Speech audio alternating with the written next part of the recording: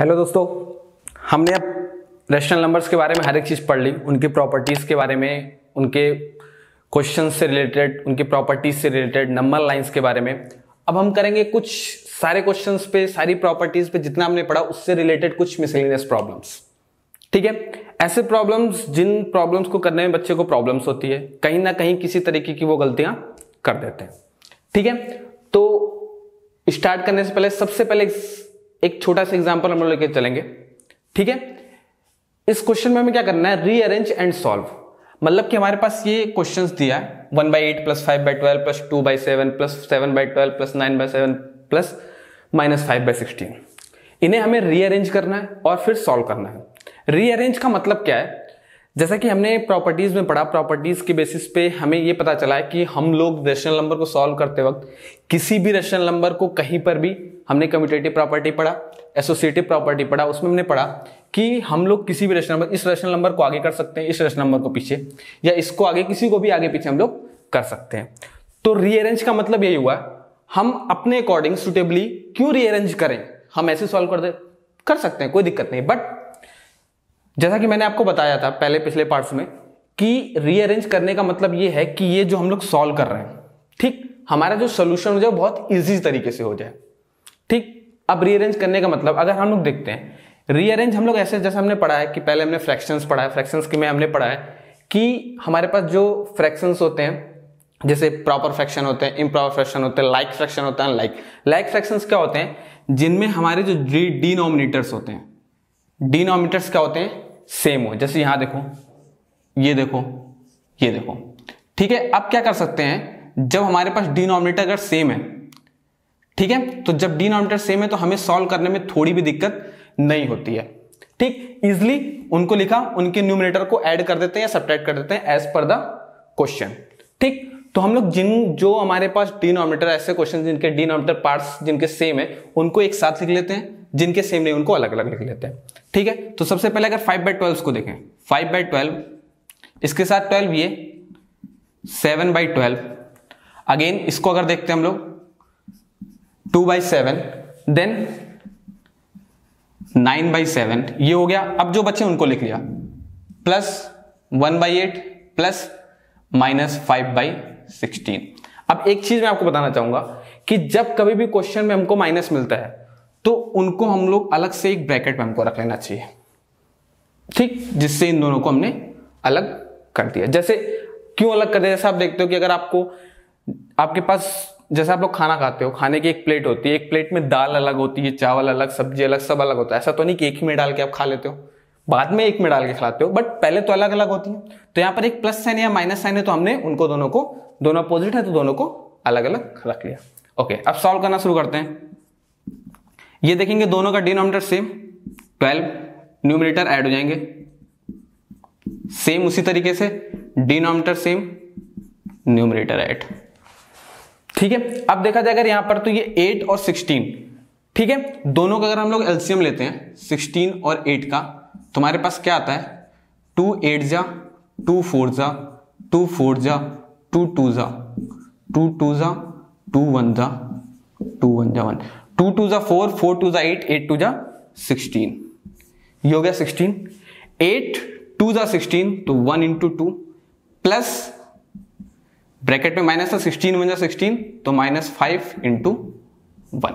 अब सॉल्व करते हैं, ये हो गया हमारे पास 5 + 7 12/12, 9 + 2 11/7, 2 प्लस माइनस -5/16। ठीक है, इसको और सॉल्व करें अगर, तो 12/12 कैंसिल आउट, 1/1, ये हो गया 11/7 प्लस 2 - 5 प्लस माइनस क्या होता है, -5 और 2 को माइनस करेंगे तो हमारे पास क्या आएगा, 3। बड़ी वैल्यू हम लोग साइन उसके लगाते हैं जो बड़ी वैल्यू है, 5 के सामने, 5 हमारी बड़ी वैल्यू, इसके आगे क्या साइन है, माइनस, तो यहां पर माइनस लगा दिया, और ये 16। अब इनको हमें सॉल्व करना है। अब देखोगे यहां 1 है, यहां 7 है, यहां 16 है, तो 1 7 16 का एलसीएम लेते हैं, तो 1 7 16, तो 2 1 7 8, 2 1 7 4 2 1 7 2 2 1 7 1 7 1 जा, ठीक है। अब देखो हमने 1 7 16 का एलसीएम ले लिया, हमारे पास एलसीएम अगर सॉल्व करें 2 2 जा 4 4 2 जा 8 8 2 जा 16 16 मल्टीप्लाई बाई 7। अब देखो 16 मल्टीप्लाई बाई 7 हमारे पास सिंपल आ जाता है 112। कैसे, मैंने इतनी जल्दी कैलकुलेशन कैसे कर दिया, अगर हम लोग देखेंगे तो 7 का 10, यहां पर 10 है, 10 प्लस 6 7 10 जा 70 प्लस 7 6 जा 42। अगर हम इन्हें ऐड करेंगे तो 2 प्लस 0 2 और 7 प्लस 4 11। ये इजी मेथड होता है अगर हमको किसी का क्या करना है, मल्टीप्लाई करना है। तो ये 112 आ गया। अब 112 इंटू 1 प्लस 7 का देखेंगे तो 7 16 जाता, तो 16 मल्टीप्लाई बाय 11 प्लस 16 7 जा तो 7 मल्टीप्लाई बाय -3, ठीक। इससे आगे अगर सॉल्व करते हैं तो वो ये हो गया 112 प्लस 16 11 जा, अगेन उसी तरीके से 16 10 जा 160 16 1 जा 16, तो 160 प्लस 16 176। ये प्लस माइनस माइनस हो जाएगा, 7 3 जा 21, ये 112। अब अगर इसे हम लोग सॉल्व करेंगे, इनको ऐड करते हैं, देखते हैं 6 और 2 8 7 और 1 8 1 1 2 -21 अपॉन 112। इसको आगे अगर सॉल्व करते हैं तो इनको माइनस किया, 8 - 1 7 8 - 2 6 और 2 112। ये हो गया हमारे पास आंसर, ठीक है। तो अब देखा हमने, हमें रीअरेंज करने से फायदा क्या मिला, हमें जो यहां पर हमें एलसीएम लेने की जरूरत नहीं पड़ी, ठीक है। अब अगर हम लोग रीअरेंज नहीं करते तो हमें यहां भी एलसीएम लेना पड़ता, यहां भी एलसीएम लेना पड़ता, यहां भी एलसीएम लेना पड़ता, या फिर एक साथ सबका एलसीएम लेते, हमारी कैलकुलेशन हमें क्या हो जाती, टफ हो जाती है। तो रीअरेंज करके प्रॉपर्टीज पढ़ के हमें यह एडवांटेज मिल जाता है कि हम लोग किसी भी सॉल्यूशन को बहुत ही इजी तरीके से कर सकते हैं। ओके, अब बढ़ते हैं हम लोग नेक्स्ट क्वेश्चन की तरफ। सेकंड क्वेश्चन हमारे पास है, the sum of the two numbers is -1/3 if one of the number is -12/3 find the other. अब देखो ये बेसिकली वर्ड प्रॉब्लम में आ जाता है। हम लोग कभी भी अपने लाइफ में आगे जैसे जैसे हम लोग आगे बढ़ते हैं, 8th के बाद 9th 10th 11th 12th, हर जगह हमें वर्ड प्रॉब्लम्स, अब हर जगह हमें वर्ड प्रॉब्लम देखने को मिलेगी। और मोस्टली बच्चों के साथ ये प्रॉब्लम होती है कि वो वर्ड प्रॉब्लम में कहीं ना कहीं कंफ्यूज जाते हैं, बट सिर्फ रीजन एक, जबकि सबसे इजी हमारे पास ये होता है, हमें सिर्फ एक इक्वेशन फॉर्म करनी होती है और हमारा क्वेश्चन क्या हो जाता है, सॉल्व, सबसे इजी। बट प्रॉब्लम क्यों होती है, बच्चे क्या करते हैं, बच्चे इस क्वेश्चन को पढ़ते नहीं है ध्यान से, ठीक। कुछ बच्चों के अंदर डर होता है, word problem, oh my God, word problem देख के डर जाते हैं, ठीक, पहले ही हार मान जाते हैं कि मुझसे होगा ही नहीं। जबकि अगर आप बचपन से आप लोग इंग्लिश पढ़ रहे होते हो, इंग्लिश के बारे में जान रहे होते हो, इंग्लिश भी नहीं जाने तो इसमें कोई बहुत खास इंग्लिश नहीं होती है, नॉर्मल सी, हमें बस पढ़ के उनका मतलब समझना होता है, हमारा आंसर हमारे सामने होता है। देखिए कैसे कह रहा है, if the sum of two number is minus, मतलब कि दो नंबर है कोई हमारे पास, जैसे 1 और 2 ले लिया, मान लीजिए हमने लिया 1 और 2, दो नंबर, इनका सम हमारे पास कुछ दिया होगा, जैसे मान लीजिए 3 दिया है, ठीक। इनमें से क्या कहते हैं, ऐसे हमको खुद से समझना होता है, कोई एग्जांपल लेके कहता है इफ वन नंबर इज -12/3, कह रहा है कि इसमें से एक नंबर कोई आपके पास गिवन है, मान लीजिए 8 गिवन था और एक गायब है, तो हमें बचा हुआ जो नहीं है वो निकालना होता है, सिंपल यही क्वेश्चन होता है। अब क्या करते हैं हम लोग, इनको सॉल्व करने के लिए जो नंबर मिसिंग होता है उसको कोई भी वेरिएबल, कोई भी वैल्यू मान लेते हैं, ABCD XYZ, जो लेटर आपको अच्छा लगता हो आप वो मान सकते हो, आपकी मर्जी है, कोई फिक्स नहीं है कि आप यही मानो, ठीक है। अब अगर हम लोग सॉल्व करते हैं the sum of two number, this find the other, ठीक है। तो let second number, let the second number is equal to x। अब कह रहा है दो नंबर, सम ऑफ टू नंबर इतना, इफ वन नंबर इज, अगर एक नंबर ये है हमारे पास और दूसरा नंबर क्या हमारे पास x, कह रहा है इन दोनों का सम -1/3 के बराबर है। अब देखो कितना इजी, पिछले क्वेश्चन से भी इजी क्वेश्चन है ये हमारे पास, सिर्फ दो रेशनल नंबर हैं, उन्हीं को सिर्फ सॉल्व करना है, ठीक। अब देखो हमने क्या सीखा है, हमको पता है कि अगर कोई भी वैल्यू इस साइड से इस साइड जाती है तो उसका जो साइन होती है वो चेंज हो जाती है, plus minus minus plus, multiply divide divide multiply. ठीक, ये इस साइड अगर जाएगा तो यहां अगर आप देखोगे यहाँ माइनस साइन है, अगर हम इक्वल के इस साइड इसको लेके जाते हैं तो इसकी साइन क्या हो जाएगी, प्लस। तो ये हो गया x is equal to -1/3 plus 12/3। ये हो गया x इज इक्वल टू, दोनों का डिनोमिनेटर सेम है, सेम 3 1 जा मतलब ऊपर अब तो सेम है, कुछ करना नहीं, ऊपर वाले को सॉल्व करना है, -1 plus 12, x is equal to 12 और -1 को अगर हम लोग सॉल्व करेंगे तो कितना आ जाएगा, माइनस प्लस माइनस होता है, 12 और 1 को माइनस किया तो 11 आ गया, साइन बड़ी वैल्यू की 12 प्लस ये हो गया हमारे पास ओके। अब करते हैं हम लोग नेक्स्ट क्वेश्चन।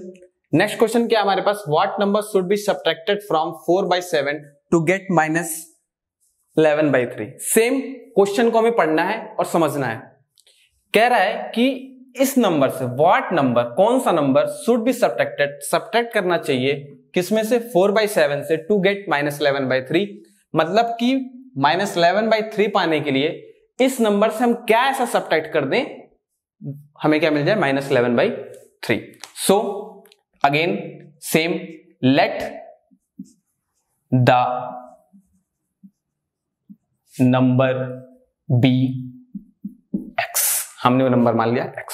सिंपल कह रहा है इसमें से कौन सा नंबर सब्ट्रैक्ट करेंगे, तो 4/7 माइनस x और क्या मिलना चाहिए हमें, -11/3।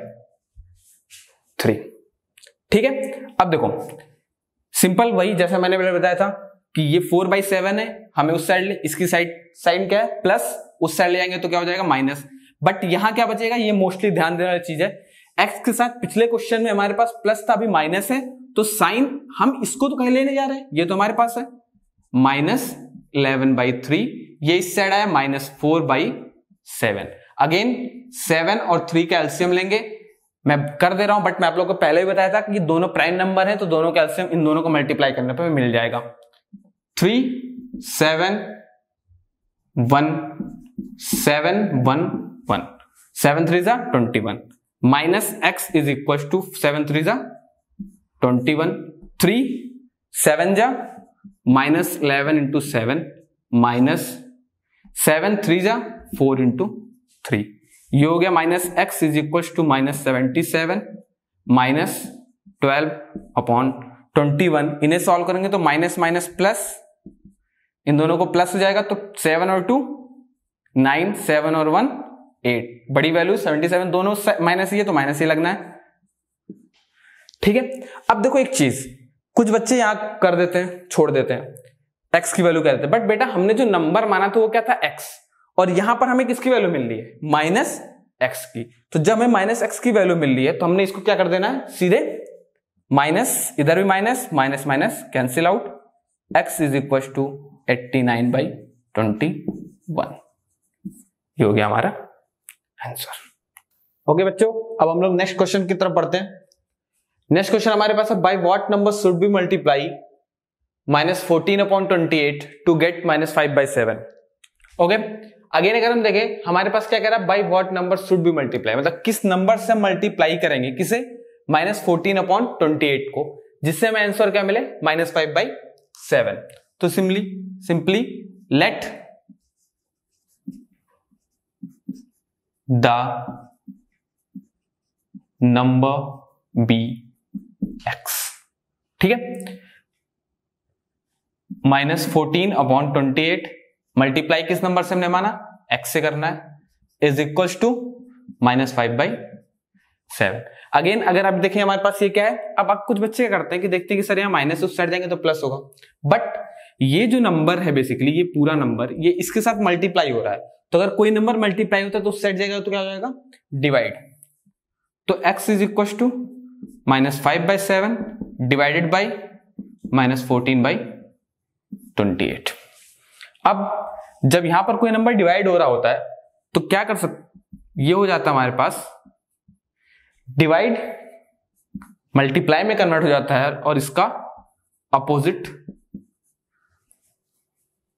ठीक है, अब देखिए ये हो गया 7 4 28, x is equal to 5 into 4 -20 upon -14।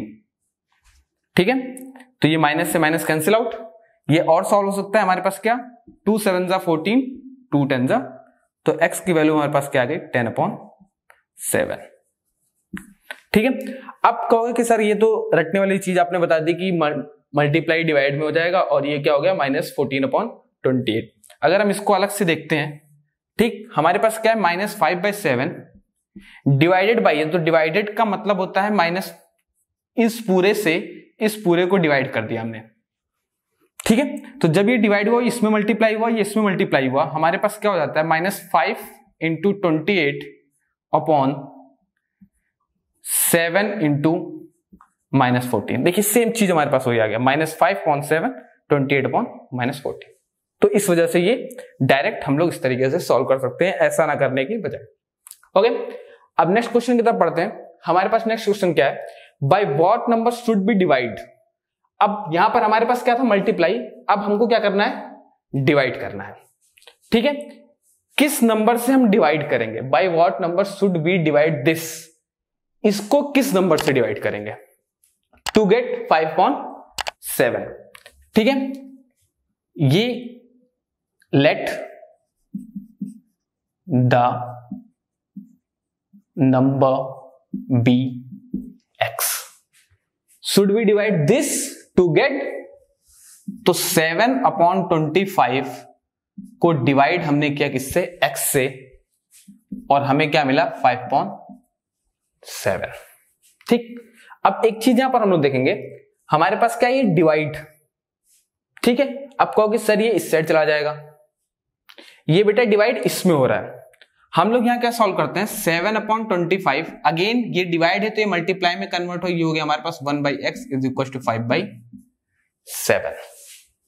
ठीक है, अब ये हो गया 7। अब देखो, अब हम लोग क्या कर सकते हैं, अब हमारे पास ये मल्टीप्लाई में, अगर अब ये मल्टीप्लाई में इस साइड को डिवाइड हो जाएगा, तो 1/x is equal to 5/7 divided by 7/25। ठीक है, अगेन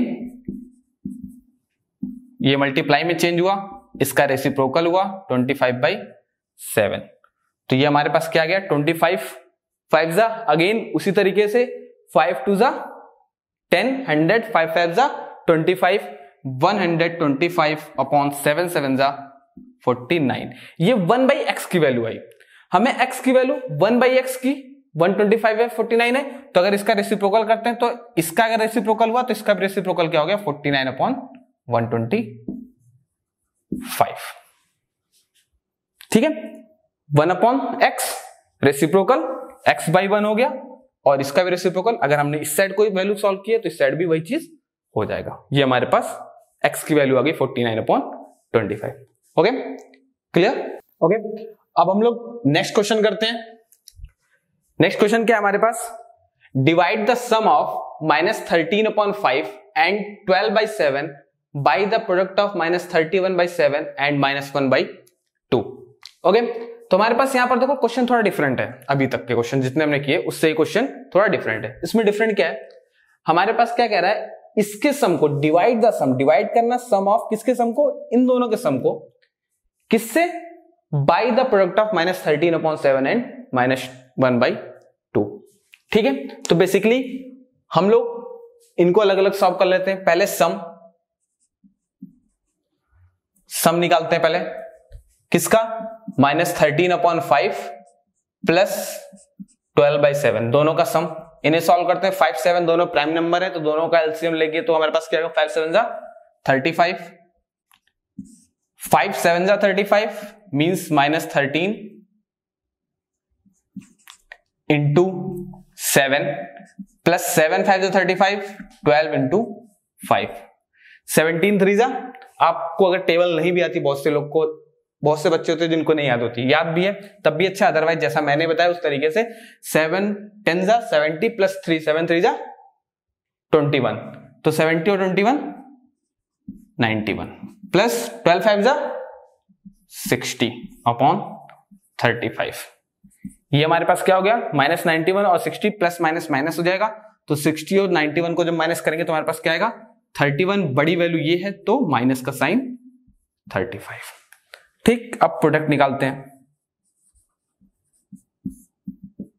प्रोडक्ट इन दोनों का -31/7 मल्टीप्लाई में -1/2, सॉरी।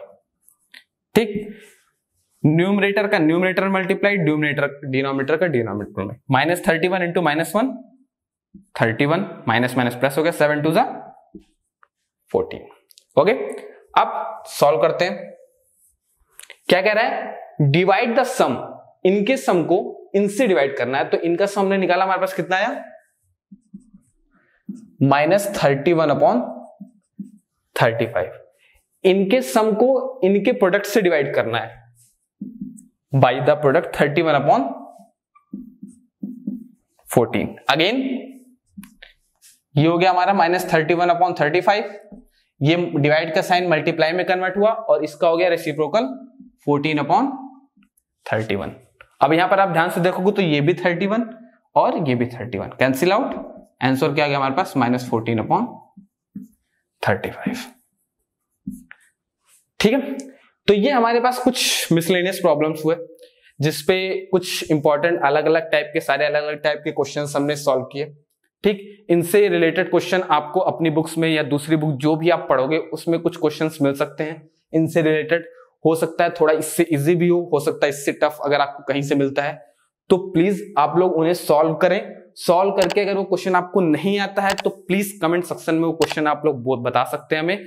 हम आपके लिए वो क्वेश्चन सॉल्व करके आपको जरूर नेक्स्ट वीडियो में आपको दिखाएंगे अगर आपके कोई भी डाउट होते हैं तो। बट एक चीज मैं आपको बताना चाहूंगा, हमारे कॉलेज टाइम में हमारे सर थे, उन्होंने हमको एक चीज बताई थी जो बात फैक्ट है कि जो बच्चा क्वेश्चन करते वक्त, जैसे आप यहां पर मेरी वीडियो देख रहे हो, उस वक्त अगर आप इससे रिलेटेड क्वेश्चन कर रहे हो और आपका क्वेश्चन सॉल्व हो रहा है तभी आप एग्जाम्स में भी आपके क्वेश्चन सॉल्व होंगे। जिसका यहां आएगा उसका वहां भी आएगा। अगर यहां पर क्वेश्चन नहीं आ रहा है तो आपको एग्जाम में भी सेम प्रॉब्लम फेस करनी पड़ेगी। हो सकता है कुछ बच्चों को देखने में इजी लगता हो तो कुछ सोचते हैं, कुछ की मेंटेलिटी होती है ऐसे सोचते हैं कि अरे ये तो इजी सा क्वेश्चन है, क्या दिक्कत है, क्या करना है। बट मैथ एक ऐसा सब्जेक्ट है जिसमें आप जितनी ज्यादा प्रैक्टिस करोगे उतना ज्यादा आपको फायदा होगा। और सेकंड चीज है, मैथ सबसे इंटरेस्टिंग सब्जेक्ट है। जब इन क्वेश्चंस को आप करते हो और क्वेश्चन अगर होते हैं तो बहुत मजा आता है। जैसे आप गेम खेल लो, कोई सा भी गेम खेलते हो, आजकल बच्चे पबजी सीओडी खेलते हैं, तो जब आप उसमें लगातार खेलते हो, किल करते रहते हो ना, चिकन डिनर आपको मिल जाता है तो आपको अच्छा लगता है, आप दोबारा फिर खेलने की कोशिश करते हो। लेकिन आप 3 बार 4 बार खेले, हर बार नहीं मार पाते हो, नहीं किल कर पाते हो, तो एक टाइम आता है कि आप बंद करके रख देते हो। जैसे आप लोग बुक पढ़ना शुरू करते हो, कोई बुक पढ़ते हो, अगर नहीं समझ में आता तो बंद करके रख देते हो। तो जिसको नहीं समझ में आता वो बंद करके रख देता है, दूसरा जिसको समझ में आता है वो भी बंद करके। ऐसे कैटेगरी, ऐसे बच्चे कुछ कम होते हैं जो समझ में आता है तो करते हैं और क्वेश्चन परफेक्ट होने के लिए, और नहीं समझ में आता तो कोशिश करते हैं कि मुझे क्यों नहीं आ रहा है। ठीक, जो ऐसा कर लेते हैं उनको ये क्वेश्चन क्या, कोई भी क्वेश्चन कभी भी कोई प्रॉब्लम नहीं होती है। ठीक है, तो इन क्वेश्चन को सॉल्व करिए। इनसे रिलेटेड जितने टाइप के क्वेश्चन हमसे पढ़े उससे रिलेटेड तुरंत आप 4-5 क्वेश्चन से रिलेटेड करिए। अगर कोई भी क्वेश्चन आपको नहीं आता है तो प्लीज कमेंट सेक्शन में जरूर बताएं। Thank you.